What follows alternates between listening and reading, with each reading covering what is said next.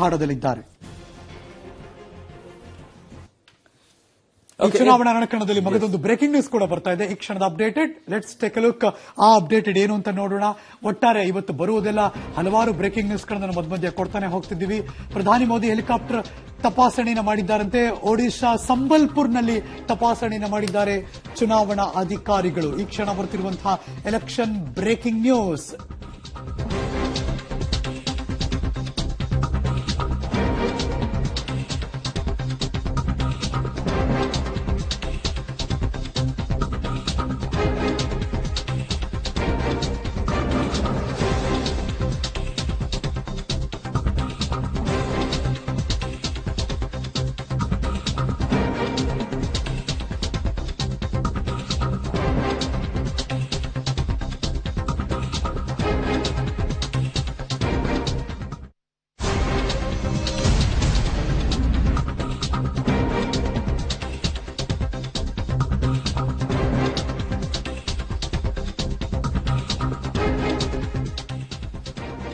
ಈ ಕ್ಷಣ ನೀವು ನೋಡ್ತಿರುವಂತಹ ಬ್ರೇಕಿಂಗ್ ನ್ಯೂಸ್ ಒಡಿಶಾದ ಸಂಬಲ್ಪುರ್ನಿಂದ ಬರ್ತಾ ಇದೆ.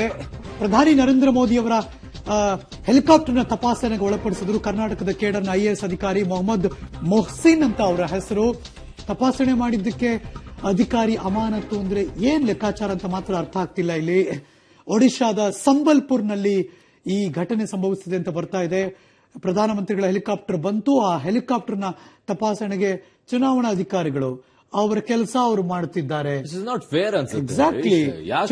ತಪಾಸಣೆ ಮಾಡೋದೇ ಕೆಲಸ. ಚುನಾವಣಾ ಅಧಿಕಾರಿ ಆದ್ಮೇಲೆ ಚುನಾವಣೆ ಸಂದರ್ಭದಲ್ಲಿ ಅವಮಾನ ಬಂತು ಅಂದ್ಮೇಲೆ ಎಲ್ಲರೂ ಒಂದೇ. ಎಕ್ಸಾಕ್ಟ್ಲಿ. ನನ್ನ ಕಾರ್ ಹೋಗ್ಬೇಕಾದ್ರು ಹರೀಶ್ ನಾಗರಾಜು ನಿಲ್ಸಿ ನಿಮ್ ಕಾರ್ನ ತಪಾಸಣೆ ಮಾಡ್ತೀವಿ ಅಂದ್ರು ನಾನೊಬ್ಬ ಕಾಮನ್ ಮ್ಯಾನ್ ನಿಲ್ಲಿಸಬೇಕು. ಅಥವಾ ಸಿಎಂ ಕಾಮನ್ ಮ್ಯಾನ್ ಆಗಿದ್ರೆ ಸಿಎಂ ಚೀಫ್ ಮಿನಿಸ್ಟರ್ ಆಗಿದ್ರು ಅಷ್ಟೇ, ಪಿಎಂ ಪ್ರಧಾನಮಂತ್ರಿಗಳಾಗಿದ್ರು ಅಷ್ಟೇ.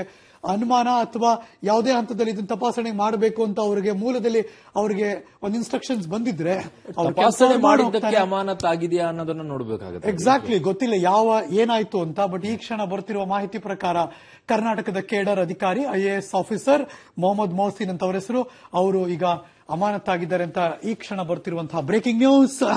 ಇದು ಯಾವುದಕ್ಕೆ ಏನು ಯಾವ ಕ್ಷಣ ಏನೇನಾಯ್ತು ಮಾತುಕತೆ ಅಂತ ಒಂದಷ್ಟು ಆಳವಾದ ಮಾಹಿತಿ ಗೊತ್ತಾಗಬೇಕು. ಆದ್ರೆ ಅದೇ ಆಗಿದ್ರೆ ತಪಾಸಣೆಗೆ ಒಳಪಡಿಸಿದ್ದಕ್ಕೆ ಆಗಿದ್ರೆ ಮಾತ್ರ ಇಟ್ಸ್ ನಾಟ್ ಫೇರ್ ಅಂತ ಅನಿಸ್ತಾ ಇದೆ.